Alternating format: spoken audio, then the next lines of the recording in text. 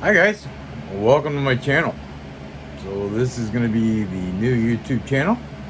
Um, we're going to call it Warlock Prints, and basically it's all going to be about 3D printing and everything I've learned to date.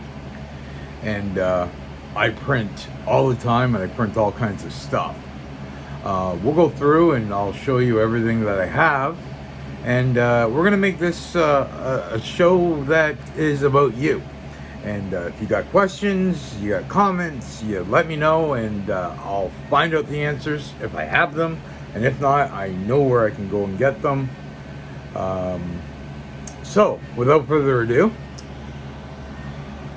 right here I've got my Ender V2, and currently printing something, as you can see.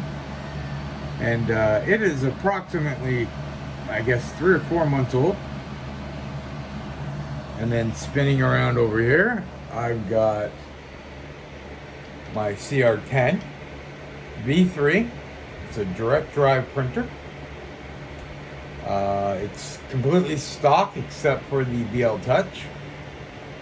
And on this one over here, I have the CR Touch. So CR Touch, BL Touch, and we'll get into the differences of those later.